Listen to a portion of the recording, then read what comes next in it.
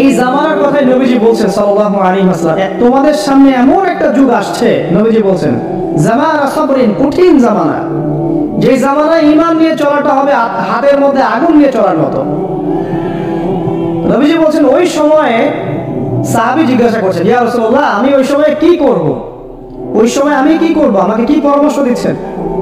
নবী সাল্লাল্লাহু আলাইহি ওয়াসাল্লাম বলছেন, হে আমর ইবনে আস, তুমি ওই সময় বাড়িতে অবস্থান করো, বাসায় থাকো, বিনা প্রয়োজনে বাড়ির বাইরে এসো না। ওই সময় তুমি নিজের পাপের জন্য আল্লাহর কাছে ক্রন্দন করতে থাকো, বিনা প্রয়োজনে বাড়ি থেকে বের হও না। আর মানুষের সাথে এত বেশি মেলামেশা করো না, নিজে তোমার আমল, তোমার গুনাহ নিয়ে ব্যস্ত থাকো, তোমার পাপের জন্য আল্লাহর কাছে কান্নাকাটি করো, ইনশাআল্লাহ তুমি নাজাত পেয়ে যাবে। এটা একটা অপশন, মানে ফিতনাময় পরিবেশে আপনি কিভাবে বাঁচবেন, এটা একটা অপশন। আরেকটা হাদিসে কি নবী সাল্লাল্লাহু আলাইহি ওয়াসাল্লাম বলছেন যে যখন এমন ফিতনাময় পরিবেশ আসবে, তখন যদি তোমরা আমর বিল মারুফ নাহি আনিল মুনকার, সৎ কাজের আদেশ, অসৎ কাজের নিষেধ, আমার সুন্নতের উপর অটল থাকতে পারো, তাহলে তোমরা 50 জন শহীদের নেকি পাবে। সাহাবায়ে কেরাম বলছেন, ইয়া রাসূলুল্লাহ, আমিনহুম আও মিন্না, তাদের মধ্যে 50 জন নাকি আমাদের মধ্যে 50 জন শহীদ? নবী করিম সাল্লাল্লাহু আলাইহি ওয়াসাল্লাম বলছেন, বাল মিনকুম, বরং তোমাদের মধ্যে 50 জন শহীদ। এটা অপশন নাম্বার 2। এক কি বললাম, আপনি নিজেকে নিয়ে ব্যস্ত থাকেন, বাসায় থাকেন, বিনা প্রয়োজনে বাড়ি থেকে বের হবেন না, মানুষের সাথে কম মেলামেশা করেন এবং নিজের পাপের জন্য আল্লাহর কাছে কান্নাকাটি করেন, নিজের আমল নামা নিয়ে ব্যস্ত থাকেন, ইনশাআল্লাহ নাজাত পাবেন। 2 নম্বর, যদি আপনার কাছে আরো বেশি যোগ্যতা থাকে এবং আপনি আরো বেশি সাহসী হন এবং আপনি উম্মার, দেশের জনগণের কল্যাণ কামনা করেন, তাহলে অন্যদেরকেও এই ফিতনাময় পরিবেশে টিকে থাকার ফর্মুলা বলে দেন। এখানে সবর করেন, আমর বিল মারুফ নাহি আনিল মুনকারের কাজ করেন, আল্লাহ পাক আপনাকে ইনশাআল্লাহ 50 জন শহীদ সাহাবী নেকি দিবেন। আরো অপশন আছে। কি অপশন? ওই যে আসহাবুল কাহফ কি করেছিল, একটা ফিতনাময় পরিবেশ থেকে নিজেরা আস্তে করে সরে গিয়েছে। যখন আপনি পরিবেশকে পরিবর্তন করতে আর পারছেন না, দাওয়াত দিয়েও কোনো কাজ হচ্ছে না, মানুষ কথাও শুনছে না, জুলুম নির্যাতন বাড়তেই আছে, টিকে থাকা মুশকিল, তখন তাদের হিসাবের দায়িত্ব আল্লাহর উপর ছেড়ে দেন, আপনি ওখান থেকে ডিসকানেক্টেড হয়ে যান। তো হয়তো আপনার কাছে মনে হচ্ছে না এখন ওই যুগ আসে নাই, কিন্তু আমি আপনাকে বলে দেই যে কোরআন এবং সুন্নাহর চোখ দিয়ে যদি আপনি দেখতে শেখেন এবং বর্তমান বিশ্বের প্রেক্ষাপটটা অ্যানালাইসিস করার যোগ্যতা আপনি অর্জন করেন কোরআন সুন্নাহর চোখ দিয়ে, আপনি বুঝতে পারবেন সেই সময় অনেক আগেই চলে এসেছিল।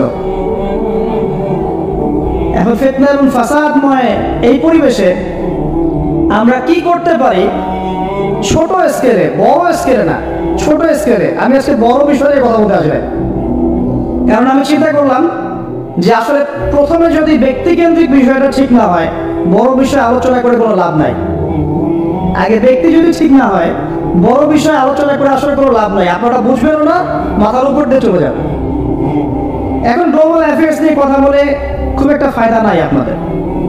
এখন ইকোনমিক পুরো এই সুদভিত্তিক সিস্টেম আপনি চেঞ্জ করতে পারবেন না, এবং পুরো যে তাগুতি ব্যবস্থা আপনি চেঞ্জ করতে পারবেন না। আপনি কি করতে পারবেন? আপনি নিজেকে পরিবর্তন করতে পারবেন, আপনার পরিবারকে পরিবর্তন করতে পারবেন। এতটুকু আপনার পক্ষে এখন পর্যন্ত সহজ, ঠিক না? ঠিক কথা। এটা আপনি এখন করতে পারবেন। তো এটার ফর্মুলা কি? ফর্মুলা ঘাটতে গিয়ে আল্লাহ পাক আমার মাথার মধ্যে একটা হাদিস নিয়ে এসে দিলেন। আমি বিশ্বাস করি যে আপনারা বলছেন মৌলানা, আল্লামা, আমি আসলে এমন কিছু নই, এই কথাগুলো আসলে আমার সাথে যায় না। আমি নিতান্তই একজন ছোট মানুষ এবং তালেবে ইলম, জ্ঞানের পথের পথযাত্রী, আর আমি তালেবে ইলম হয়ে থাকতে চাই। আমি মুফতি নই, আমি মুহাদ্দিস, মুফাসসির বা যে শব্দগুলো আপনারা বলছেন, এমন কিছুই নয়। আসলে কিয়ামতের মাঠে আমি জান্নাতে যেতে পারবো কিনা আমি নিজেই জানি না। যখন কোনো মানুষ নিজেকে অনেক বড় বড় করা শুরু করবে, বুঝে নেবেন সেই ইবলিসের আনুগত্য করা শুরু করেছে আর কি। কারণ ইবলিস বলেছিল, আমি খলাকতানি মিন নার ওয়া খলাকতাহু মিন তিন, আমাকে সৃষ্টি করেছেন আগুন দিয়ে, আদমকে সৃষ্টি করেছেন মাটি দিয়ে, আমি কেন আদমকে সিজদা করতে যাব? তো এটা ইবলিসের চরিত্র, আবা ওয়াস্তাকবার, সে উদ্ধত হয় এবং অহংকার প্রদর্শন করে। তো আমি মনে করি যে আমি কিছু বলি না, আল্লাহ রাব্বুল আলামিন আমাকে বলার তৌফিক দেন মাত্র, আলহামদুলিল্লাহ। তা আমার মাথায় একটা হাদিস আসছে, সকাল থেকে ঘুরছে। সেটা হচ্ছে, দেখুন, বারা ইবনে আযিব রাদিয়াল্লাহু আনহু থেকে বর্ণিত হাদিসটা আসছে এবং হাদিসটা বিশুদ্ধ। এখান থেকে আমি মূল আলোচনা যাচ্ছি যে একদিন আনসার মানুষদের মধ্যে, আনসার কারা? আমাদের আনসার বাহিনী। আনসার কারা? যারা মুহাজির সাহাবীদেরকে আশ্রয় দিয়েছিল মদিনায়, তাদেরকে কি বলা হয়? আনসার। তাহলে শব্দটা সুন্দর না? তাহলে আমাদের বাহিনীর নামটাও সুন্দর, মাশাআল্লাহ। তো আনসার সাহাবীদের মধ্যে একজন ইন্তেকাল করেছে, ইন্না লিল্লাহি ওয়া ইন্না ইলাইহি রাজিউন। এখন তাকে দাফন করা হচ্ছে, আর নবী সাল্লাল্লাহু আলাইহি ওয়াসাল্লাম কবরের পাশে চুপ করে বসে পড়লেন না। তার বসা দেখা দেখি বাকি সাহাবীরাও তাকে ঘিরে গোল করে বসে পড়লেন। তারা বলছেন, আমরা এমন ভাবে এখানে বসেছিলাম যেন আমাদের মাথার উপরে পাখি এসে বসতে পারে, চুপচাপ, কোনো নড়াচড়া নাই। দেখেন, রাসূলের সাথে বসার সুন্নত দেখেন, কোরআন এবং হাদিসের মাহফিলে বসার কিন্তু সুন্নত আছে। এখানে বসে দুনিয়াবি এত গল্প গুজব করা যাবে না, এই মোবাইল টোবাইল হাবি জাবি এত ব্যস্ত থাকা যাবে না, দিলের কান দিয়ে শুনতে হবে, ঠিক আছে? আদব আছে, না হলে কথা আপনার উপর তাসির করবে না। তারা এমন ভাবে বসেছিলেন যেন মাথার উপরে পাখি বসতে পারে, সুবহানাল্লাহ। এবার নবী করিম সাল্লাল্লাহু আলাইহি ওয়াসাল্লাম বলছেন যে যখন মাইয়িতকে কবরে শোয়ানো হয় তখন সে তাকে দাফন করে যাওয়া ব্যক্তিদের হাঁটার খসখস আওয়াজ শুনতে পায়। এরপরে তাকে যখন শুইয়ে দেওয়া হয়, সে যদি মুমিন ব্যক্তি হয় তাহলে তার মাথার দিকে তার সালাত এসে দাঁড়িয়ে যায়। দুনিয়াতে আপনি যে নামাজগুলো পড়েছেন, আমি যে নামাজগুলো পড়ছি, এগুলো মাথার দিকে দাঁড়িয়ে যায়। ডান দিকে চলে আসে তার সওম, সওম মানে কি? রোজা। বাম দিকে চলে আসে যাকাত, যাকাত মানে কি? যাকাতের সাথে তো আমরা পরিচিত নই। আমরা ওই যে রাস্তাঘাটে যে দান খয়রাত গুলো উঠানো হয়, এগুলোর সাথে খুব পরিচিত, তাই না? কত টাকা, কত পয়সা, কি কি গান ভরে আর টাকা কালেকশন করে না? অনেক সময় দেখা যায় রাস্তায় যাচ্ছি আমরা গাড়ি নিয়ে, পারলে গাড়ির সামনে এসে হুমড়ি খেয়ে পড়বে টাকা নেওয়ার জন্য। এইভাবে টাকা কালেকশন করতে কে শিখিয়েছে ইসলামে? আর আমরা অনেক সময় ছোট ছোট বাচ্চাদেরকে দিয়ে, মাদ্রাসার ছোট ছোট বাচ্চাদেরকে দিয়ে টাকা কালেকশন করে, এটা ঠিক না। কেন ঠিক না জানেন? ছোটবেলা থেকেই ওর ব্যক্তিত্ব নষ্ট হচ্ছে। এই হাতটা উত্তম না এই হাতটা উত্তম? উপরের হাত উত্তম, নিচের হাত উত্তম? তো ছোটবেলা থেকে সে নিচের হাতে অভ্যস্ত হচ্ছে। দেখেন, এত টাকা পয়সা কালেকশন করে আমাকে আর একটা স্বতন্ত্র মসজিদ করতেই হবে জরুরি? খুবই জরুরি ছিল। মানুষের কাছে হাত চেয়ে, হাত পেতে, রাস্তাঘাটে এরকম করে গাড়ি থামিয়ে, তারপরে কি বলবো, সুর করে গান গেয়ে এত টাকা পয়সা কালেকশন করতেই হবে? মসজিদটা আমাকে টাইলস ফিটিং করতেই হবে, এসি মসজিদ করতেই হবে? আমরা এমনও মসজিদ রংপুরে দেখেছি 10 বছরেও টাকা কালেকশন শেষ হয় নাই। 10 বছর ধরে কালেকশন হচ্ছে। আমি ছোটবেলা থেকে দেখছি কালেকশন হচ্ছে, কি বুঝলেন? তো এগুলো আমাদের ব্যক্তিত্ব নষ্ট করে। মুসলিমরা উপরের হাতের মালিক। সারা বিশ্ব আমরা একসময় চালিয়েছি। এই পশ্চিমা সভ্যতা আমাদেরকে কি শিখায়? সারা বিশ্ব আমরা চালিয়েছি। এই আপনার উমাইয়া খেলাফতের সময়ও কর্ডোভায় আব্দুর রহমানের যে শাসন ছিল, কর্ডোভা, স্পেন, পর্তুগাল, এই পুরো জায়গাগুলো পশ্চিমা বিশ্বের, এগুলো মুসলিমরা শাসন করেছে প্রায় 500-600 বছর। ইতিহাস তো আমরা জানিও না, পড়িও না, ভুলে গেছে। ইতিহাস পড়তে হয়। হিস্ট্রি ঘাটলে দেখবেন রাসূল সাল্লাল্লাহু আলাইহি ওয়াসাল্লামের 23 বছরের নববী যুগ, স্বর্ণযুগ, তারপর আবু বকর সিদ্দিকের খেলাফত, তারপর ওমর ইবনে খাত্তাবের খেলাফত, আবু বকর সিদ্দিকের 2 বছর বা 2.5 বছর, ওমর রাদিয়াল্লাহু আনহুর প্রায় 10 বছর, তারপর উসমান রাদিয়াল্লাহু আনহুর 12 বছর, আলী রাদিয়াল্লাহু আনহুর প্রায় 2-2.5 বছর, তারপরে হাসান রাদিয়াল্লাহু আনহু 6 মাস, এরপরে উমাইয়া খেলাফত শুরু হলো মুয়াবিয়া রাদিয়াল্লাহু আনহুর হাতে প্রায় 20 বছর। উমাইয়ারা শাসন করেছে প্রায় 90 থেকে 100 বছর। তারপর জাত নদীর যুদ্ধে উমাইয়া আব্বাসীয়রা একে অপরের সাথে যুদ্ধ করেছে। ওই উমাইয়ারা পরাজিত হয়ে আব্বাসীয়রা ক্ষমতায় গিয়েছে। ক্ষমতায় গিয়ে তারা প্রায় শাসন করেছে প্রায় 550 বছর। এদিকে উমাইয়াদের মধ্যে যারা পরাজিত হয়েছে ওরা চলে গিয়ে কর্ডোবা, আন্দালুসিয়া ওই দিকে খেলাফত কায়েম করেছে। তারপরে আবার এদিকে ফাতেমি খেলাফত ছিল, উসমানীয় খেলাফত ছিল, তারপরে মিশরের তুরুনি একটা রাজবংশ ছিল, আমাদের সাবকন্টিনেন্টে মোগলরা ছিল, সারা বিশ্বে আমরাই ছিলাম। ইতিহাস তো ভুলে গেছে। তা আমরা সবসময় উপরের হাত ছিলাম, উপরের হাত আমরা দিতাম, মানুষ নিত। আর এখন কি হয়েছে? আমরা এখানে আমরা চাই, মানুষ দেয়। আর ওরা কি এমনি দেয়? ওরা চড়া সুদ দিবে না? ওয়ার্ল্ড ব্যাংকে যান লোন নিতে, চড়া সুদ। আর এই সুদ শোধ করতে গিয়ে বিভিন্ন দেশ শ্রীলঙ্কা হয়ে যাচ্ছে। সুদ তো শোধ করতে হবে, এমনি তো আপনাকে আর এগুলো দিবে না। এই সুদটা শোধ করতে গিয়ে আমাদের জিনিসপত্রের দাম বেড়ে যাবে, তারপরে দেখবেন জনগণের উপর কর বেড়ে যাবে, অনেক প্রবলেম। আর এই প্রবলেমগুলো ফেস করতে হবে কি কারণে? রিবা বা সুদের কারণে। তো এই যে বলছি, দেখেন ছোটবেলা থেকেই যে আমরা নিচের হাতে অভ্যস্ত হচ্ছি, এটা ত্যাগ করতে হবে। ব্যক্তিত্বের পরিচয় দেন। এত টাকা পয়সা চেয়ে প্রতিষ্ঠান করার দরকার নাই। আমার জমি আছে 1 বিঘা, আমি প্রতিষ্ঠান করবো ইনশাআল্লাহ। আপনার 2 বিঘা আপনি করেন, যার সামর্থ্য আছে সে করবে, সামর্থ্য নেই করার দরকার নেই। আর একটা মসজিদ যদি কবুল হয়, একটা মসজিদ একটা জেলার জন্য যথেষ্ট। একটা মসজিদ নববী থেকে নবী সাল্লাল্লাহু আলাইহি ওয়াসাল্লাম সারা দুনিয়া শাসন করেছে। আর আমাদের কোটি কোটি মসজিদ বাংলাদেশে। এই যুগের কথাও নবীজি বলেছেন, যে যুগে মসজিদগুলো চাকচিক্যময় হবে, মসজিদগুলো কি হবে? চাকচিক্যময় হবে, হেদায়েত উঠে যাবে। এবং মসজিদের মধ্যে সরগোল, হট্টগোল বেড়ে যাবে। দেখেন না মসজিদে হট্টগোল বেড়ে গেছে না? এটা সেই যুগ। তো যেটা বলছিলাম প্রিয় ভাইরা, যে নিচের হাতে অভ্যস্ত না, উপরের হাতে অভ্যস্ত হতে হবে। এই কারণে এই যে একটা হাদিসের কথা শুরু করলাম, যে আনসার সাহাবী কারা ছিল? যারা মুহাজির সাহাবীদেরকে আশ্রয় দিয়েছে। এখন এই সাহাবীদের মধ্যে একজন ইন্তেকাল করেছে, তার লাশ যখন রাখা হচ্ছে তখন নবীজি বলছেন, মাথার দিকে মাইয়াতের আসে কি? সালাত। সালাত মানে কি? নামাজ।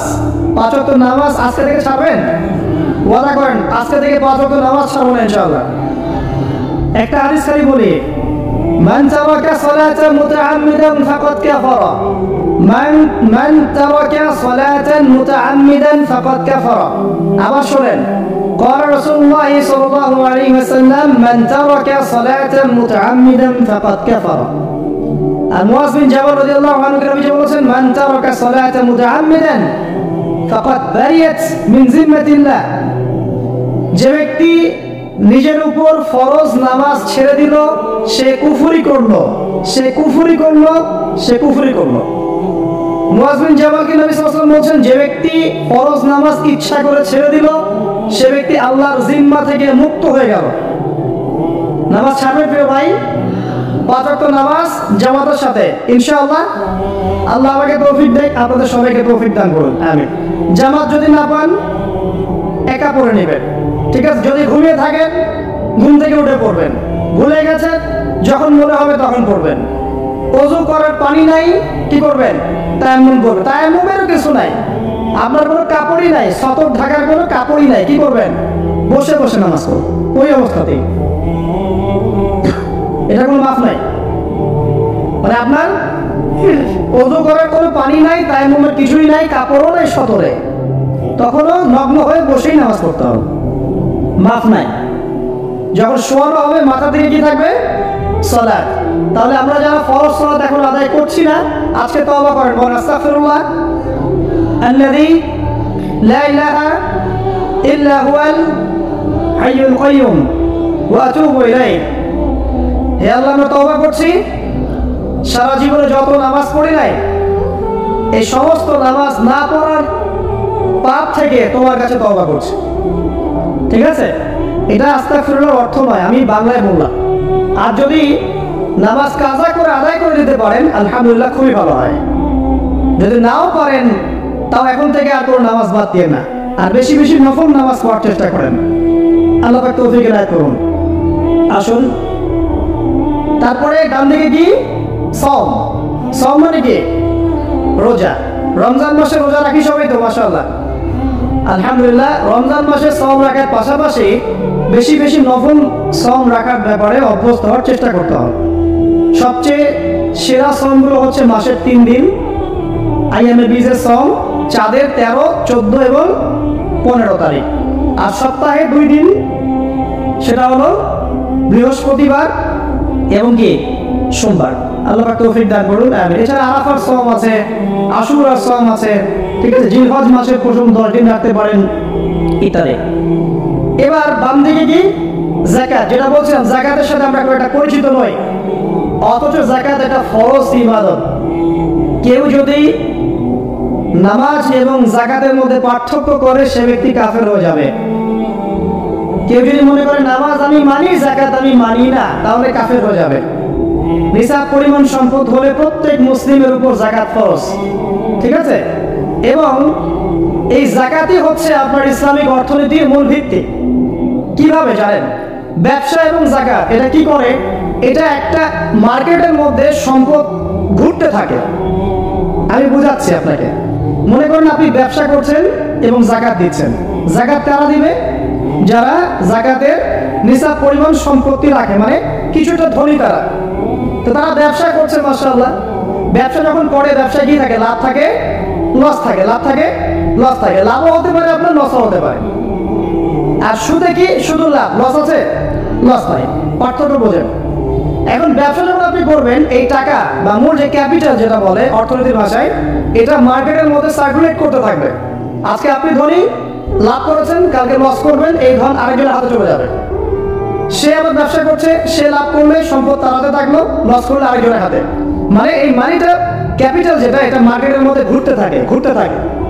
আজকে কেউ ধনী, কালকে কেউ ধনী, আজকে কেউ ফকির, কালকে কেউ ধনী, এভাবে। এখানে আল্লাহ পাক যাকে ইচ্ছা হয় ধন দেন, যাকে ইচ্ছা হয় দরিদ্র করেন। এটা আল্লাহ পাক নিয়ন্ত্রণ করেন।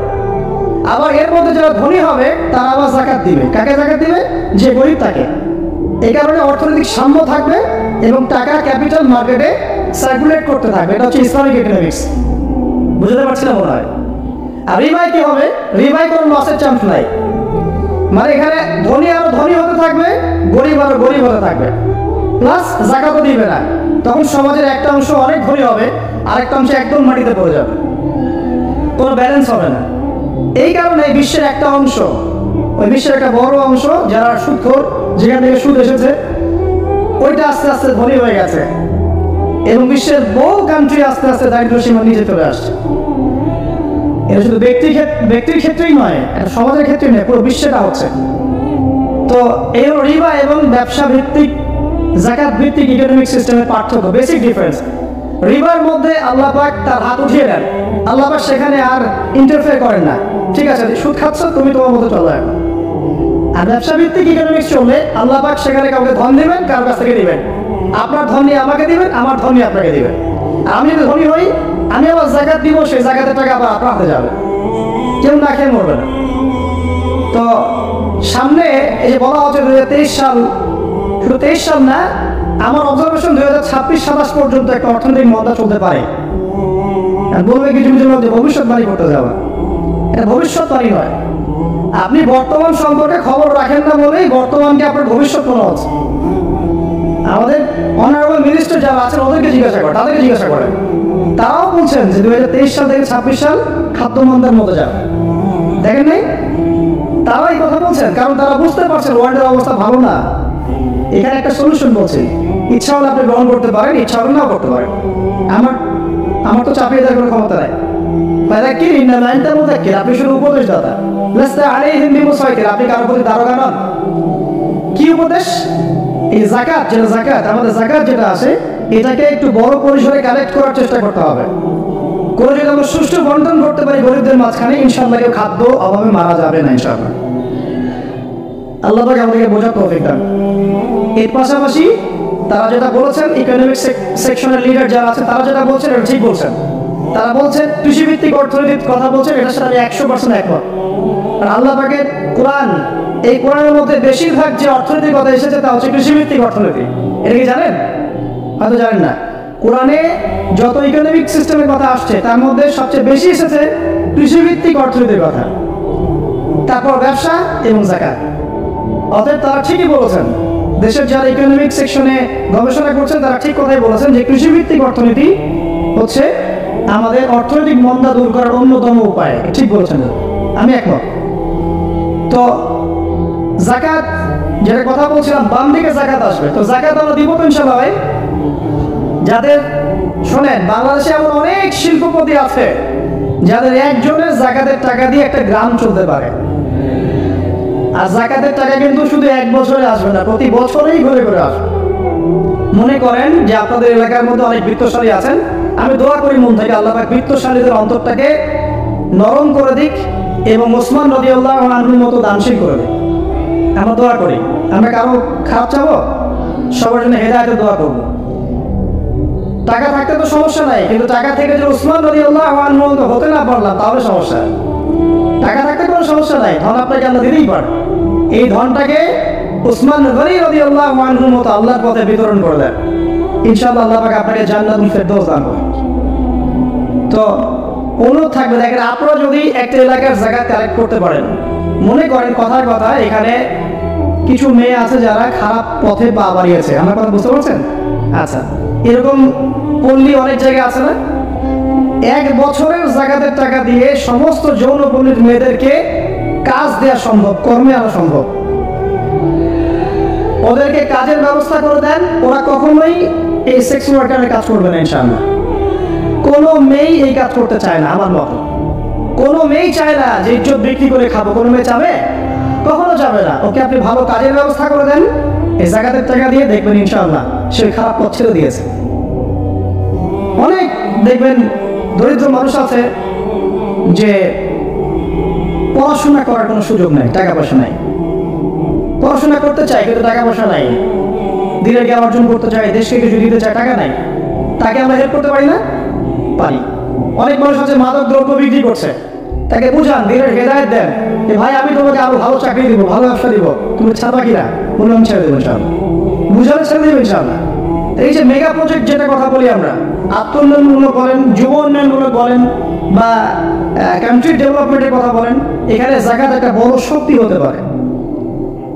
তবে এটাকে সুষ্ঠুভাবে কালেক্ট করতে হবে এবং যাকাতের যে 8টা খাত আছে এই খাতগুলোতে সুষ্ঠুভাবে বন্টন করতে হবে।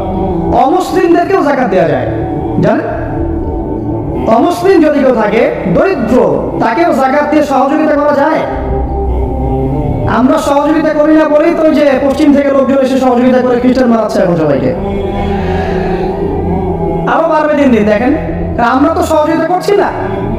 আপনার পাশে আপনার প্রতিবেশী না খেয়ে মারা যাচ্ছে, আপনি যাচ্ছেন না। এখন তো অন্য কেউ এসে যদি সাপোর্ট করে, ও তো তার দলেই ভেবে যাবেন। স্বাভাবিক, এটাই হচ্ছে এখন। আল্লাহ বোঝার তৌফিক দান করবে আমাদের। বাম দিকে মাইয়াতে থাকবে কি ভাই? যাকাত। তারপরে পায়ের দিকে চলে আসবে তার আত্মীয়তার সম্পর্ক রক্ষার ইবাদত, তার এই যে অন্যান্য দান সদকা, তার নফল আমল, তার তাসবিহ তাহলিল, তার কোরআন তেলাওয়াত ইত্যাদি পায়ের দিকে চলে আসবে। এখানে একটা হাদিস এসেছে, সূরাতুল মুলক যে ব্যক্তি রাতের বেলা তেলাওয়াত করবে, কোন সূরা ভাই? তাবারাকাল্লাযী বিয়াদিহিল মুলক ওয়া হুয়া আলা কুল্লি শাইইন কাদির। এই সূরা যে ব্যক্তি রাতের বেলা করে তেলাওয়াত করবে, ইনশাআল্লাহ সূরা মুলক কবরে তার সাথে থাকবে এবং কবর আযাব থেকে সূরা মুলক তাকে বাঁচাবে ইনশাআল্লাহ। আমি বোঝাচ্ছি যে কি অবস্থাটা হবে। এবার দুজন ফেরেশতা মাথার দিক থেকে আসবেন, আসতে চাইবেন, সালাত বলবে এখান দিয়ে আসা যাবে না, এদিক দিয়ে আসা যাবে না। ডান দিক দিয়ে আসতে চাইবেন, এদিক দিয়ে আসা যাবে না। বাম দিক দিয়ে আসতে চাইবেন, যাকাত বলবে এদিক দিয়ে আসা যাবে না। পায়ের দিক দিয়ে আসতে চাইবেন, আমলগুলো বলবে এদিক দিয়ে আসা যাবে না। তখন যাই হোক তারা আসবেন। এটা তাদের, এটা কথা কি? এটা কথাটা হচ্ছে যে সালাতের গুরুত্ব, সে সালাত আদায় করেছে, সে আমার হক আদায় করেছে, আমি তার পক্ষে আছি, এর পক্ষে বোঝাচ্ছে। রোজা বলবে আমি ওর পক্ষে আছি, তাকে আপনি কোনো শাস্তি দিবেন না, আমি তার পক্ষে আছি। আপনারা দুজন তাকে শাস্তি দিবেন না, আমি যাকাত তার পক্ষে আছি, এটা পক্ষে থাকার কথা। তারপরেও তারা আসবেন, চোখগুলো হবে নীল এবং কালো বর্ণ, নীলাভ চোখের কালো। মুনকার নাকি উঠে বসিয়ে দেওয়া হবে। এবার 3টা প্রশ্ন। প্রথমে প্রশ্ন হচ্ছে কি, মান রব, তোমার রবকে? তখন মুমিন বান্দা বুক ফুলিয়ে বলবে রব্বি আল্লাহ, আমার রবকে আল্লাহ। পৃথিবীতে যে ব্যক্তি আল্লাহর সাথে শিরক করে নাই, আল্লাহ তাওহীদের উপর থেকেছে এবং তার উপরে মৃত্যুবরণ করেছে, ইনশাআল্লাহ সে ব্যক্তি এর উত্তর নির্দ্বিধায় দিতে পারবে ইনশাআল্লাহ। আর দুনিয়াতে যে বা যারাই আল্লাহর সাথে শিরক করবে, আল্লাহর সাথে শিরকের পাপে লিপ্ত হবে, ওই অবস্থায় মারা যাবে, তাওহীদের উপর থাকবে না, কোশ্চিনকালেও মানরব্বক উত্তর দিতে পারবে না। তারপরে প্রশ্ন হয়ে যাবে, দিনুক, তোমার দিন কি ছিল? মুমিন বান্দা উত্তর দিবে কি? দিন ইসলাম, আমার দিন ছিল ইসলাম। এখানে শুনে রাখেন, পৃথিবীতে যারা ইসলামকে পরিপূর্ণরূপে পালন করবে তারাই এই উত্তর দিতে পারবে ইনশাআল্লাহ। যারা ইসলামকে ঠাট্টা বিদ্রুপের হাসি তামাশার পাত্র বানিয়েছে, মন চাইলে কিছু করি, মন চাইলে কিছু করি না, সহজগুলো একটু আমল করি, বাকি কিছু আমল ধারি না, হ্যাঁ, নামাজ পড়ি, সুদ ছাড়তে পারি না, ঠিক আছে, বছর বছর ওমরা করি, এদিকে ঘুষ দুর্নীতি ছাড়তে পারি না, ইসলামকে ঠাট্টা তামাশার পাত্র বানিয়েছে, এরা কোশ্চিনকালের উত্তর দিতে পারবে না। মা দিন দিনে পরিপূর্ণরূপে ইসলামে প্রবেশ করতে বলেছেন আল্লাহ রাব্বুল আলামিন। যারা পরিপূর্ণরূপে ইসলামে প্রবেশ করবে এবং ইসলামের প্রতিটা মৌলিক বিধান মেনে চলবে, ইনশাআল্লাহ তারাই উত্তর দিতে পারবে। এরপরে আসবে তৃতীয় প্রশ্ন। নবী সাল্লাল্লাহু আলাইহি ওয়াসাল্লামকে দেখানো হবে, যখন দেখানো হবে তখন সূর্য যখন ডুবে যায়, যে দৃশ্যটা আমরা দেখতে পাই না, ওই দৃশ্যটা ভেসে উঠবে এবং মুমিন বান্দা অস্থির হয়ে যাবে, বলবে আমাকে ছেড়ে দাও, আমি নামাজ পড়বো। সুবহানাল্লাহ। তার কারণ তার কাছে মনে হবে যে আসরের ওয়াক্ত হয়ে গেছে, আসরের ওয়াক্ত হয়ে গেছে, আসরের ওয়াক্ত চলে যাচ্ছে, আমাকে নামাজ পড়তে হবে। চিন্তা করেছেন? ওই যে একটা হাদিস আছে না, যে 7 শ্রেণীর মানুষকে আল্লাহ রাব্বুল আলামিন আরশের ছায়া দিবেন, তার মধ্যে এক শ্রেণীর মানুষকে যার অন্তর মসজিদের সাথে ঝুলে থাকে, তার মন মসজিদের সাথে ঝুলে ছিল, এই সূর্য ডুবে গেল বলে আমাকে ছেড়ে দাও, নামাজ পড়তে যাও। তখন ফেরেশতারা বলবেন, তোমাকে নামাজ পড়তে দেয়া হবে, তবে তার আগে তুমি এর উত্তর দাও। কি উত্তর? এই ব্যক্তির দিকে তাকাও। তখন নবী সাল্লাল্লাহু আলাইহি ওয়াসাল্লামকে দেখানো হবে, সাল্লাল্লাহু আলাইহি ওয়াসাল্লাম দূর করবেন, বলা হবে যে এই ব্যক্তির সম্পর্কে তোমার কি ধারণা? মান হাযা রাজুল বুইসা ফীকুম, এই ব্যক্তিকে যাকে তোমাদের কাছে পাঠানো হয়েছিল। মুমিন ব্যক্তি নির্দ্বিধায় বলে দিবে যে তিনি হচ্ছেন আমার নবী মুহাম্মদ রাসূলুল্লাহ সাল্লাল্লাহু আলাইহি ওয়াসাল্লাম। দেখুন, পৃথিবীতে যে বা যারাই নবী সাল্লাল্লাহু আলাইহি ওয়াসাল্লামের সুন্নতের উপর আমল করবে, ইনশাআল্লাহ সে তার উত্তর দিতে পারবে। দুনিয়াতে যারা নবীর সুন্নতের 5 পয়সা পরোয়া করছে না, তার আদর্শের 5 পয়সা দাম দিচ্ছে না, তারা কোশ্চিনকালে উত্তর দিতে পারবে না। নাম হতে পারে আব্দুর রহমান, আব্দুর রহিম, নবীর সুন্নতের ধার ধারে না, তারা উত্তর দিতে পারবে না। নবীর সুন্নতের গুরুত্ব কত গভীর, এটা আমাদেরকে এখান থেকে বুঝতে হবে। তাই প্রিয় যুবক ভাইরা, মুসলিম ভাইরা, আমাদের জীবনটাকে নবীর আদর্শ এবং সুন্নতে ঢেলে সাজাতে হবে। সকাল থেকে সন্ধ্যা পর্যন্ত প্রতিটা কাজ করবো কার তরিকায়? রাসূলের তরিকা। নামাজ পড়বো তার তরিকায়, রোজা, সিয়াম, হজ, যাকাত, আমল, মুআমালাত, আখলাক সব কার তরিকায়? নবী সাল্লাল্লাহু আলাইহি ওয়াসাল্লামের তরিকা অনুযায়ী ইনশাআল্লাহ। আল্লাহ পাক তৌফিক এনায়েত করুন, আমিন। এবার ফেরেশতা দুইজন জিজ্ঞাসা করবেন অবাক হয়ে যে তুমি কিভাবে এটা জানলে, তুমি কিভাবে এই 3টা প্রশ্নের উত্তর দিতে পারলে? কারণ বেশিরভাগ মানুষ তো উত্তর দিতে পারবে না, বেশিরভাগ মানুষই এই উত্তর দিতে পারবে না। কারণ কিয়ামতের মাঠে 1999 জন মানুষ জাহান্নামে যাবে, নাউজুবিল্লাহ। তো এটা কঠিন পরীক্ষা। আল্লাহ রাসূল সাল্লাল্লাহু আলাইহি ওয়াসাল্লাম বলেছেন যে নিশ্চয়ই তোমাদেরকে এখানে পরীক্ষা ফেলা হবে, আর তোমরা যদি এই পরীক্ষা জেনে তোমাদের মৃতদেরকে দাফন করা থেকে বিরত না থাকতে, তাহলে আমি তোমাদেরকে শুনিয়ে দিতাম কবরে কেমন পরীক্ষা হয়। মানে যদি আমরা শুনতে পারতাম যে কবরে কেমন পরীক্ষা হয়, আমরা ভয়ে আমাদের মৃতদেরকে দাফন পর্যন্ত করতাম না। এটা নবীজি বলছেন সাল্লাল্লাহু আলাইহি ওয়াসাল্লাম। তাকে জিজ্ঞাসা করা হবে যে তুমি কিভাবে জানলে এটা? বেশিরভাগ মানুষ তো পারে না উত্তর দিতে। তখন সেই ব্যক্তি বলে বসবে, সে ব্যক্তি বলবে যে করাতু কিতাবাল্লাহ, আমি আল্লাহর কিতাব এই কোরআন পড়েছি। মুমিন বলবে আমি আল্লাহর কোরআন পড়েছি, ফাআমানতু বিহি, আমি এর উপর ঈমান এনেছিলাম, ওয়া সাদ্দাকতু, এবং সত্যায়ন করেছিলাম। সুবহানাল্লাহ। অতএব দুনিয়াতে যারা দ্বীনের জ্ঞান অর্জন করছে না, কোরআন পড়ছে না, হাদিস পড়ছে না, পড়াশোনার চেষ্টা করছে না, জানার চেষ্টা করছে না, কবরে পার হওয়া ডিফিকাল্ট আছে। এটা একটা অন্যতম প্রশ্ন। আমরা কিন্তু মনে করি 3টা প্রশ্ন হচ্ছে, আসলে প্রশ্ন হচ্ছে কয়টা? 4টা। তিনটার পরে আরো একটা এক্সট্রা, কিভাবে জানলে? তখন উত্তর দিচ্ছে, আমি আল্লাহর কিতাব পড়েছি, ঈমান এনেছি, সত্যায়ন করেছি। সুবহানাল্লাহ। নবী সাল্লাল্লাহু আলাইহি ওয়াসাল্লাম হাদিসের পরের অংশে বলছেন যে যখন কাফের বান্দাকে উঠানো হবে, তখন ডানেও কিছু নাই, বামেও কিছু নাই, সামনে পিছনে কিছু নাই। মাথার দিক থেকে ফেরেশতারা চলে আসবেন, উঠিয়ে বসানো হবে, প্রশ্ন করা হবে, কে তোমার রব? একটাই উত্তর, লা আদরি, আমি জানি না। নাউযুবিল্লাহ। কি তোমার দিন? লা আদরি, আমি জানি না। এই যে আল্লাহর তো খবর নাই, আল্লাহ পাকের বিধান মেনে চলার কোনো খবরই নেই, পরোয়াই নাই। সে জানবে কিভাবে ইসলাম কি জিনিস? সে জানবে কিভাবে আল্লাহ কি জিনিস? ও তো আল্লাহকে চিনেই না। দিব্যি বলে যাচ্ছে মহাবিশ্ব সৃষ্টি হয়েছে বিগ ব্যাং থেকে, আল্লাহ বলে কেউ নাই।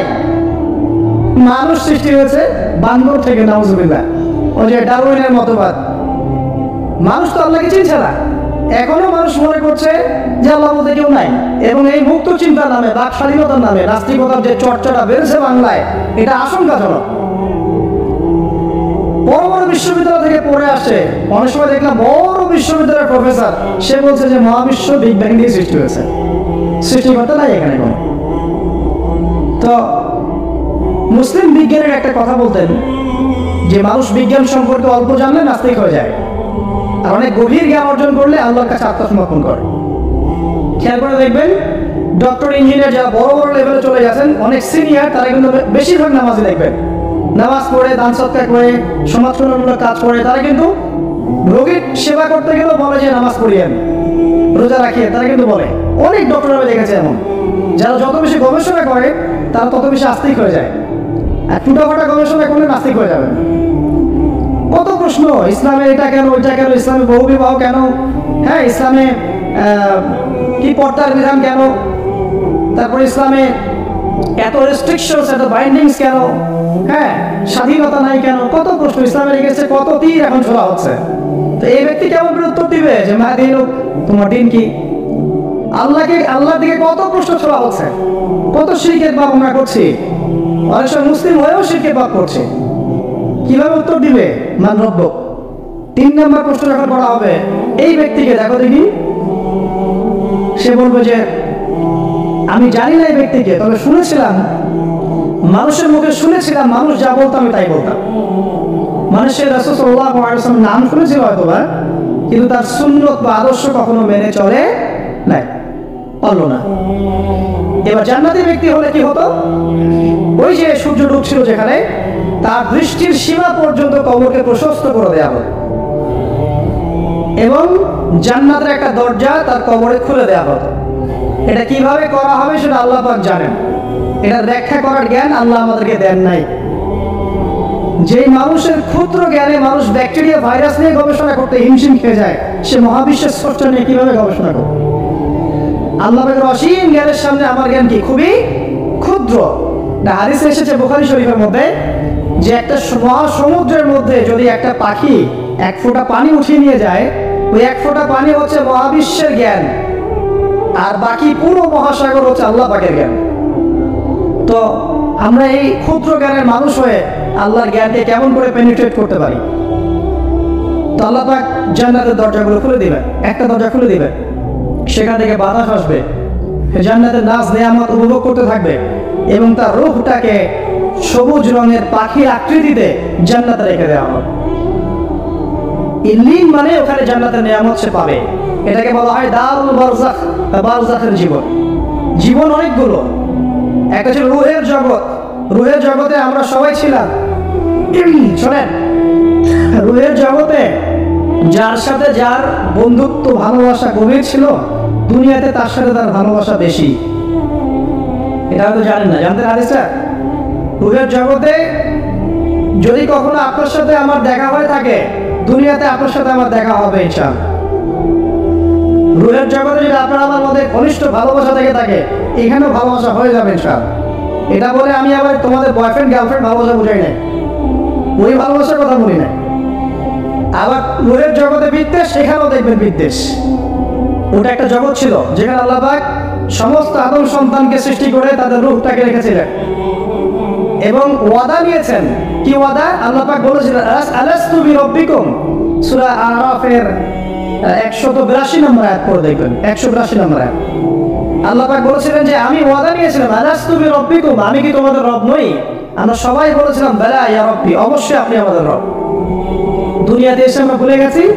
এই ভুলে যাওয়াটা মনে করায় দেওয়ার জন্যই আল্লাহ পাক আসমানে কিতাব নাযিল করেন, নবী রাসূল পাঠান, আমাদের কান পর্যন্ত ইসলামের দাওয়াত পৌঁছে দেন, যাতে আমরা মনে করতে পারি। এবার আসেন রূহের জগতের পর আসলাম এই যে দুনিয়ার জগৎ, দারুদ দুনিয়া। দুনিয়ার মধ্যে আছি হয়তো 50, 60, 70, 100 বছর হায়েস্ট। এরপর যাবে দারুল বারজাখ, বারজাখের জগৎ। পাপী ব্যক্তি হলে জাহান্নামের দরজা খুলে দেওয়া হবে, আর জাহান্নামের সে আযাব ভোগ করতে থাকবে। এবং পুণ্যবান ব্যক্তি হলে জান্নাতের দরজা খুলে দেওয়া হবে এবং এর নাজ নেয়ামত সে ভোগ করতে থাকবে। তখন তাকে বলা হবে এটা জান্নাতের সেই জায়গা যেখানে তুমি থাকবে। এটা দেখার সাথে সাথে, শোনার সাথে সাথে তার যে খুশি, উৎফুল্লতা অনেক বেড়ে যাবে। এবং সে কি করবে জানেন? সে পৃথিবীতে ফিরে আসতে চাইবে। সে বলবে আমাকে আমার পরিবারবর্গকে জানাতে দেন, আমাকে আমার পরিবারবর্গকে জানাতে দেন যে আমি ভালো আছি। তখন ফেরেশতারা তাকে বলবেন যে এটা সম্ভব না, তোমার এবং তাদের মাঝে দারুল বারজাখ আছে, তুমি এটা ভেদ করে যেতে পারবে না। তখন তার আত্মাটাকে ইল্লিনে দেওয়া হবে, একটা সবুজ পাখির আকৃতিতে জান্নাতে ঘুরে বেড়াবে ইনশাআল্লাহ। আর যদি জাহান্নামী হয় তাহলে যে বললাম দরজা খুলে যাবে, জাহান্নামের মর্মান্তিক আযাব তার দিকে আসতে থাকবে। কবর সংকুচিত হয়ে আসবে এমন ভাবে যাতে তার বাম পাঁজর ডান পাঁজরের ভিতরে এভাবে ঢুকে যাবে। নাউযুবিল্লাহ। এই আযাব চলতে থাকবে ইলা ইয়াউমি ইউবআসুন, পুনরুত্থানের দিন পর্যন্ত। এখন এই যে হাদিসটা আপনারা শুনলেন, এই হাদিসটা ব্যক্তিকেন্দ্রিক নয় কি? এখানে তিনটা বিষয় আপনাকে ফোকাস করতে হবে আমাদেরকে। এক, তাওহীদ, আল্লাহ পাকের তাওহীদ। দুই, রিসালাত, রাসূলুল্লাহ সাল্লাল্লাহু আলাইহি ওয়াসাল্লামের রিসালাত। এবং আখিরাত, পরকাল। এই তিনটা বিষয় খুব স্বল্প কথায় বলছি। দেখুন, তাওহীদ কি? আল্লাহ পাকের একত্ববাদ। এক আল্লাহকে আপনি সৃষ্টিকর্তা মানবেন, রিজিক দাতা মানবেন, পালন কর্তা মানবেন, সন্তান দাতা, ভালো মন্দের মালিক, সমস্ত কিছু মালিককে আল্লাহ। আল্লাহ আল্লাহ আমাকে বাঁচিয়ে রেখেছেন, আল্লাহ আমাকে মৃত্যু দিবেন, আল্লাহ আমাকে রিজিক দেন, আল্লাহ আমাকে সন্তান দিবেন, আল্লাহ আমার ভালোর মালিক, আল্লাহ মন্দের মালিক, আল্লাহ সমস্ত কিছুর মালিক। এই কনসেপ্ট পরিষ্কার থাকবে, লা ইলাহা ইল্লাল্লাহ পরিষ্কার থাকবে। সমস্ত বিষয় কার পক্ষ থেকে? আল্লাহর পক্ষ থেকে। তাওহীদ, সংক্ষিপ্ত কথা বললাম, তাওহীদ। এর মধ্যে তিনটা ক্লাসিফিকেশন আছে: রুবুবিয়্যাত, উলুহিয়্যাত, আসমা ও সিফাত। এটা আপনারা কিতাবুত তাওহীদ বই থেকে পড়ে নিয়েন। সংক্ষেপে বলে দেই, রুবুবিয়্যাত আল্লাহ পাকের সমস্ত বিষয়গুলো তার দিকে সম্বন্ধ করা, সৃষ্টিকর্তা, পালনকর্তা, রিজিক দাতা সবকে আল্লাহ। উলুহিয়্যাত কি? দুনিয়াতে এসেছি আল্লাহ পাকেরই দাসত্ব করতে হবে, অন্য কারো দাসত্ব চলবে না। তাওহীদ উলুহিয়্যাত। আসমা সিফাত কি? আসমা সিফাত মানে হচ্ছে আল্লাহ পাকের নাম গুণাবলীগুলো আছে। আল্লাহ পাক রহমান, আল্লাহ পাক রহিম, আল্লাহ পাক রাজ্জাক, হ্যাঁ, আল্লাহ পাক গফুর, আল্লাহ পাক শরীফুল ইকাব। সমস্ত গুণাবলী কার? আল্লাহ। এই হলো আসমা সিফাত। আল্লাহ পাক যেমন, আল্লাহ পাক তেমন। আল্লাহ পাক নিজের মতো, কারোর সাথে তুলনীয় নন। আল্লাহু আহাদ, একক। আল্লাহুস সামাদ, তিনি অমুখাপেক্ষী। লাম ইয়ালিদ ওয়া লাম ইউলাদ, তিনি জন্ম দেননি, জন্মিতও নন। ওয়া লাম ইয়াকুল লাহু কুফুয়ান আহাদ, তার সমতুল্য কিছুই নাই। আল্লাহ থেকে সবকিছু হয়, এটাই হলো তাওহীদ। এখন এর অপোজিশন কি? শিরক। তাওহীদের বিরুদ্ধে গেলে কি হয়ে যাবে? শিরক। কেউ যদি মনে করে যে আল্লাহ ছাড়া কেউ আমাকে জীবন দিতে পারে, আল্লাহ ছাড়া কেউ আমাকে মারতে পারে, আল্লাহ ছাড়া কেউ আমাকে রিজিক দিতে পারে, অথবা আল্লাহ ছাড়া কেউ সন্তান দিতে পারে, আল্লাহ ছাড়া অন্য কারোর কাছে কেউ যদি দোয়া করে, আল্লাহ ছাড়া অন্য কারোর জন্য নজর মানত করে, আল্লাহ ছাড়া অন্য কারোর নামে কসম খায়, আল্লাহর হালালকে হারাম করে দেয়, আল্লাহর হারামকে হালাল করে দেয়, ঠিক আছে? আল্লাহ থেকে শুভ অশুভ আসে না, শুভ আল্লাহর পক্ষ থেকে আসে, অশুভ শয়তানের পক্ষ থেকে আসে, এমনও যদি কেউ মনে করে। শুভ অশুভ দুটোই আল্লাহর পক্ষ থেকে আসে, কিন্তু কেউ যদি মনে করে না শুভগুলো আল্লাহর পক্ষ থেকে, অশুভগুলো শয়তানের পক্ষ থেকে, এমনও যদি মনে করে, শিরক হয়ে যাবে। মুসলিমরা চলাফেরা শিরক করছে। এখন মুসলিমরা আল্লাহ ছাড়া অন্য কারোর কাছে চাচ্ছে, মুসলিমরা অনেকে কবরে সিজদা করছে, মুসলিমরা অনেকেই মৃত মানুষের কাছে দোয়া করছে, হাতে বালা পরে আছেন, খোলেন না। কেন খোলেন না? ভয়ে যদি আপনার ক্ষতি হয়। শিরক। মুসলিমরা দেখবেন আগুনের সামনে মাথা নত করছে, মুসলিমরা এখন মেডিটেশন করে, ধ্যান করে, মুসলিমরা জিনকে তাবে করতেছে।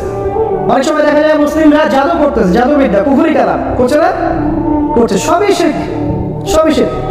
মুসলিমরা দেখবেন আল্লাহর হালাল যেগুলো আছে এগুলোকে হারাম করে ফেলছে, আবার অনেক সময় আল্লাহর হারামগুলোকে হালাল করে নিচ্ছে। সুদ কি ভাই? এখানে ফরজ, হালাল করে নেওয়া হয়েছে।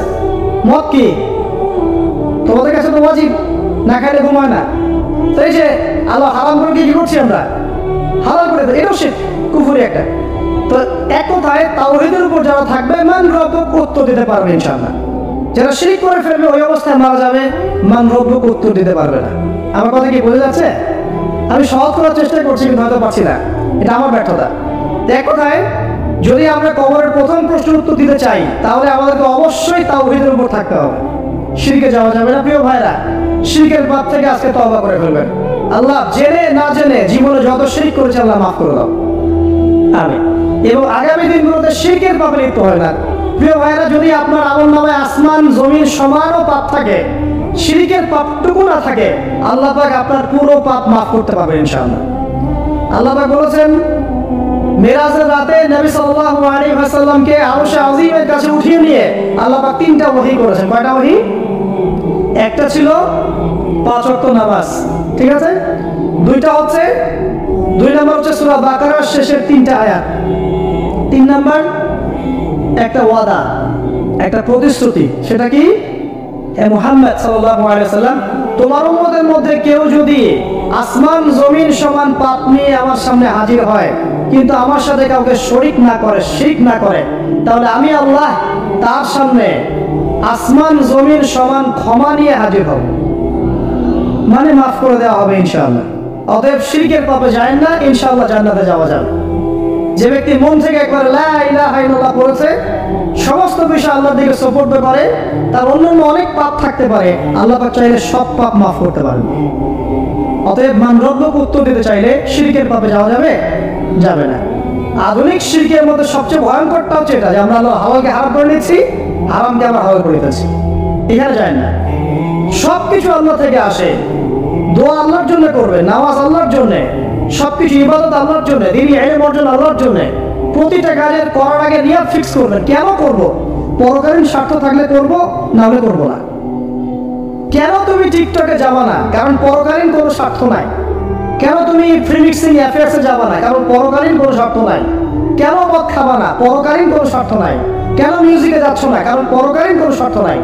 কেন তুমি এই যে সুদ খাবা না? কারণ পরকালীন কোনো স্বার্থ নাই।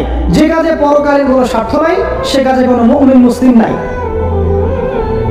কেন নামাজ পড়বো? কারণ পরকালীন স্বার্থ আছে। কেন রোজা রাখবো? পরকালীন স্বার্থ আছে। কেন আমি হালাল বিয়ে করবো, হারাম জেনায় যাবো না? পরকালের স্বার্থ আছে। কেন আমি যাকাত দিব, ব্যবসা করবো, সুদ খাবো না? কারণ পরকালের স্বার্থ আছে। কেন ইসলামের দাওয়াত দিব?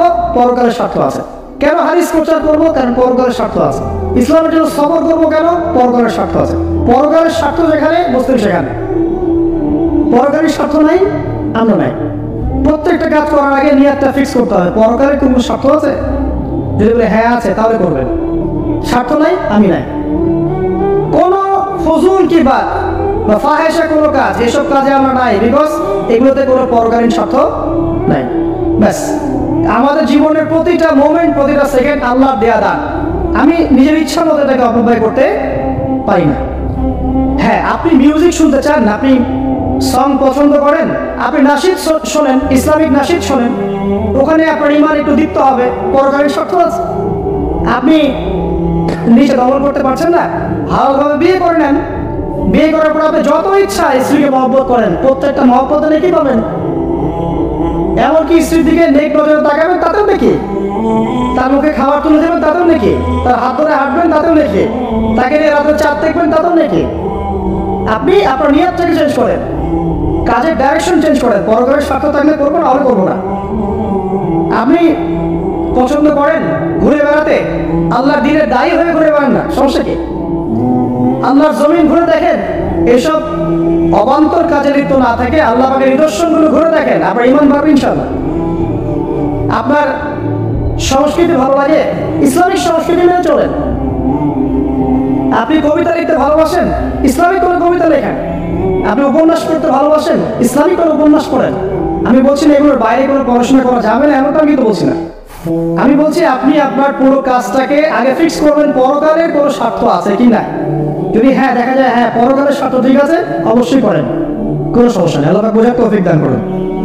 তো দেখুন প্রিয় ভাইরা, শিরকের পাপে যাওয়া যাবে না। এই শিরকের পাপ না থাকলে এমন নয় ইনশাআল্লাহ আমরা জান্নাতে যাব এবং কবরের উত্তর দিতে পারবো ইনশাআল্লাহ, মান রব্ব করতে পাস ইনশাআল্লাহ। তারপরে কি মাদিন, এক কথায় ইসলামের অনেক বিধিবিধান আছে, নামাজ, কালিমা, সওম, যাকাত, হজ সব আছে। আমর বিল মারুফ, নাহি আনিল মুনকার, পিতামাতার খেদমত, প্রতিবেশীর অধিকার, স্ত্রীর অধিকার, তারপরে সন্তানদের অধিকার, যাকাত সবকিছু আছে।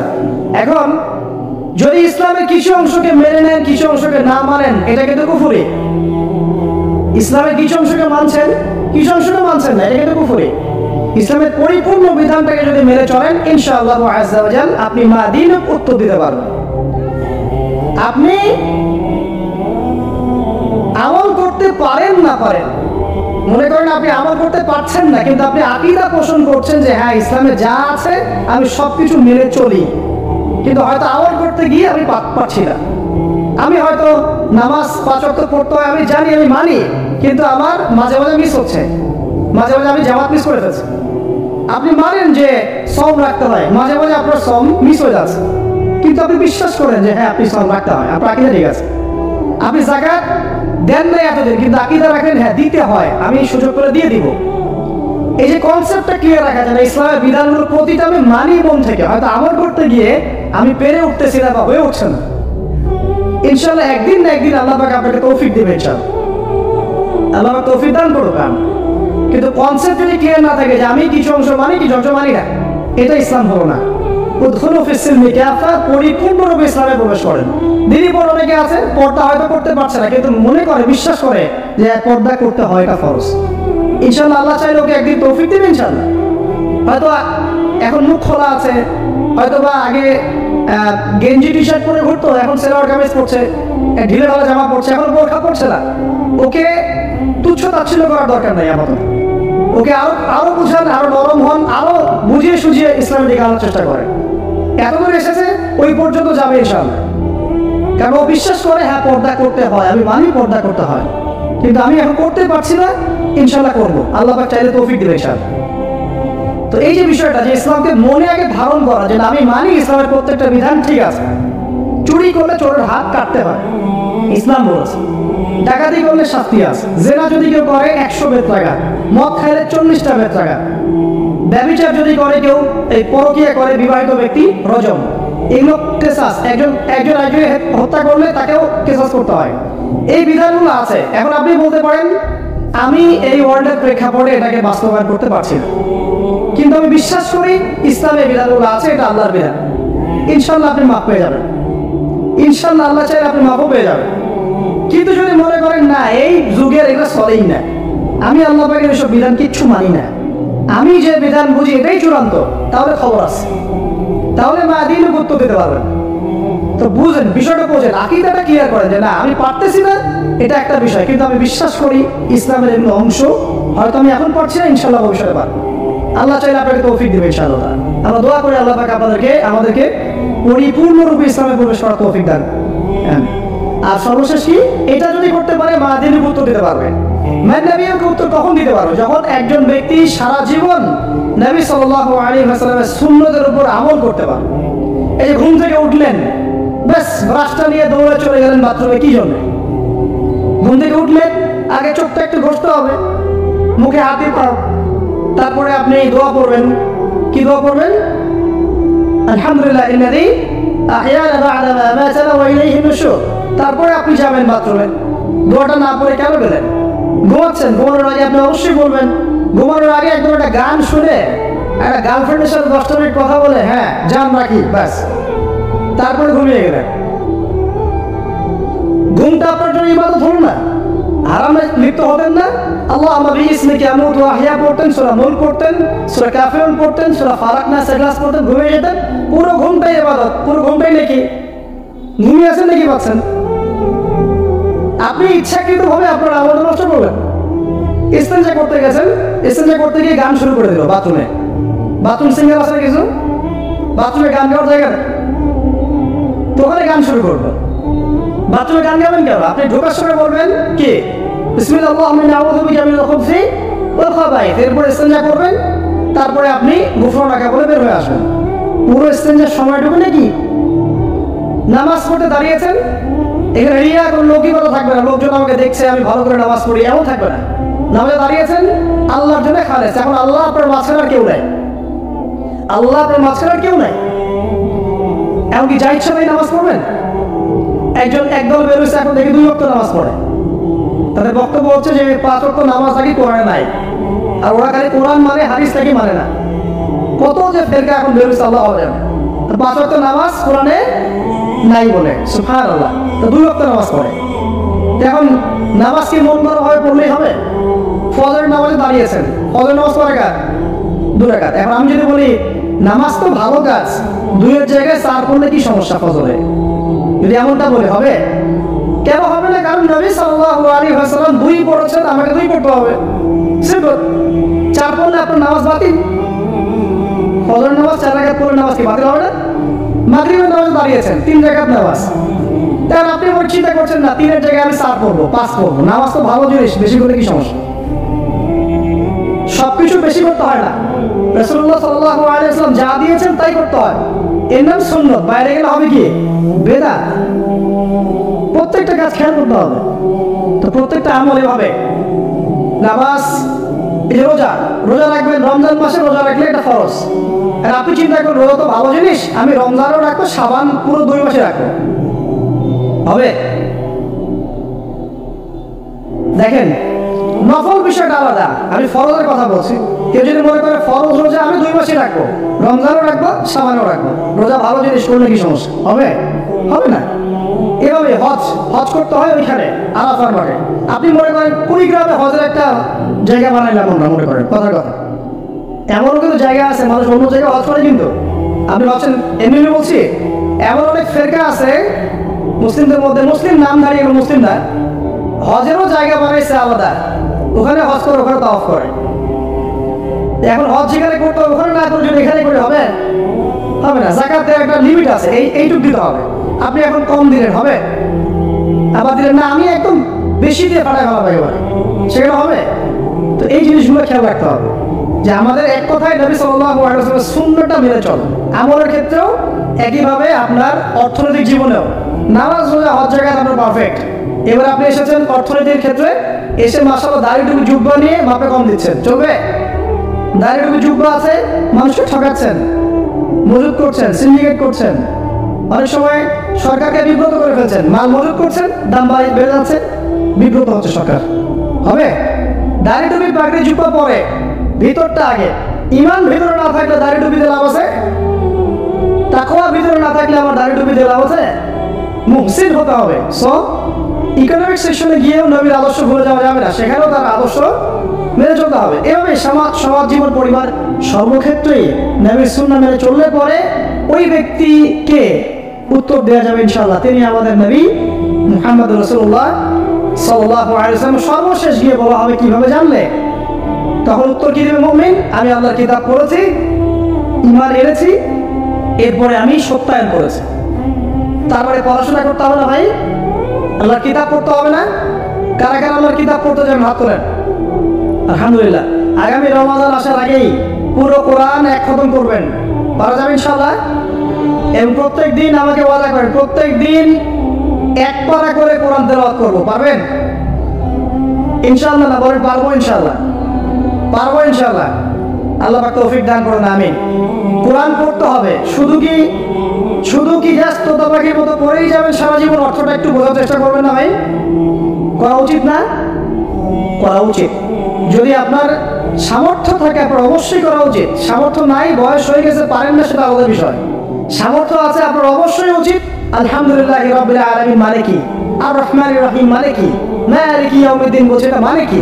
ইয়াকা না'বুদু বলছি, ওয়া ইয়াকা নাস্তাঈন, এর অর্থ কি? ইহদিনাস সিরাতাল মুস্তাকিম মানে কি? সিরাতাল লাযীনা আন'আমতা আলাইহিম গায়রিল মাগদুবি আলাইহিম ওয়ালাদ-দালিন, কি অর্থ? কি বললাম? নামাজে এটার অর্থ জানলে মনোযোগ কি ডানে বামে যাবে? যাবে না ইনশাআল্লাহ। এই আল্লাহ পাক বলছেন ইয়া আইয়ুহাল্লাযীনা আমানু তাকুল্লাহ, হে মুমিনগণ আল্লাহকে ভয় করো, হাক্কা তুকাতিহি ওয়া লা তামুতুন্না ইল্লা ওয়া আনতুম মুসলিমুন, তোমরা এমনভাবে আল্লাহকে ভয় করো, ভয় করার মতো ভয় করো, এবং পরিপূর্ণ মুসলিম না হয়ে মৃত্যুবরণ করো না। এর অর্থটা জানলে ভালো লাগলো না? বুঝতে পারলাম না কোরআনটা? আল্লাহ বলছেন ওয়াদারু মা বাকিয়া মিনার রিবা, সুদের অবশিষ্ট অংশ ছেড়ে দাও। ওয়া ইন লাম তাফআলু ফাআযানু বিহারবিন মিনাল্লাহি ওয়া রাসূলিহি, যদি না করো আল্লাহ এবং রাসূলের সাথে যুদ্ধের ঘোষণা শুনে রাখো। অর্থ জানলে ভেড়া পাওয়া যায় না, অতএব অর্থটা জানার চেষ্টা করেন। আল্লাহ তৌফিক এনায়েত করুন। অর্থ বোঝার ক্ষেত্রে যদি কোনো প্রতিবন্ধকতা পান সামনে, আলেম ওলামার কাছে যাবেন, জিজ্ঞাসা করে অর্থ জেনে নেবেন। নিজে নিজে আবার মন করে ব্যাখ্যা করতে যায় না। কোরআন বুঝতে গেলে হাদিস লাগবে, হাদিসগুলো পড়তে হবে। হাদিসের কিছু বই কিনবেন, রিয়াদুস সালিহিন, ফাজলুল কালাম, এই যে আপনারা পড়েন, মুনতাকা হাদিস পড়েন, ঠিক আছে, বুলুগুল মারাম মিন আদিল্লাতিল আহকাম, মিশকাতুল মাসাবি, এই বইগুলো বাসায় রাখবেন। এরপরে আস্তে আস্তে কিনবেন আবু দাউদ, তিরমিজি, নাসাই, এগুলো কিনবেন। পরে গিয়ে বুখারী মুসলিমের অনুবাদ কিনবেন, আগে কিনবেন না। এগুলো কঠিন হাদিস, এগুলো আগে পড়লে আপনি মাথাটা আপনার কিন্তু ঘুরতে থাকবে। তো আগে কি ক্লাস 8-এ পড়বেন না আগে এইচএসএ দিবেন? আগে ক্লাস 7-8 পার করে যান, তারপরে দিকে যান। আল্লাহ বোঝার তৌফিক দান করুন। প্রিয় ভাইরা, ইলম অর্জন করতে হবে। ইলম অর্জন করলে পরে আপনি তালেবে ইলমের পায়ের নিচে আল্লাহর ফেরেশতারা পাখা বিছিয়ে দিবে ইনশাআল্লাহ তাআলা। ইলম অর্জন করে আপনি যখন আলেম হবেন বা দ্বীনের জ্ঞান অর্জন করবেন, তখন আপনি দাওয়াতের কাজও করতে পারবেন। আপনার দাওয়াতে যত মানুষ ইসলামের দিকে আসবে সমস্ত নেকি আপনি পাবেন ইনশাআল্লাহ। এবং যখন আপনি আরো বড় আলেম হয়ে যাবেন, আল্লাহ তৌফিক দান করুন, তখন আসমানের যত মাখলুক এবং জমিনের যত মাখলুক, এমনকি গর্তের মধ্যে যে পিপিলিকা আছে সেগুলোও, এমনকি সাগরের নিচে মাছ আপনার জন্য ইস্তেগফার করবে, দোয়া করবে ইনশাআল্লাহ।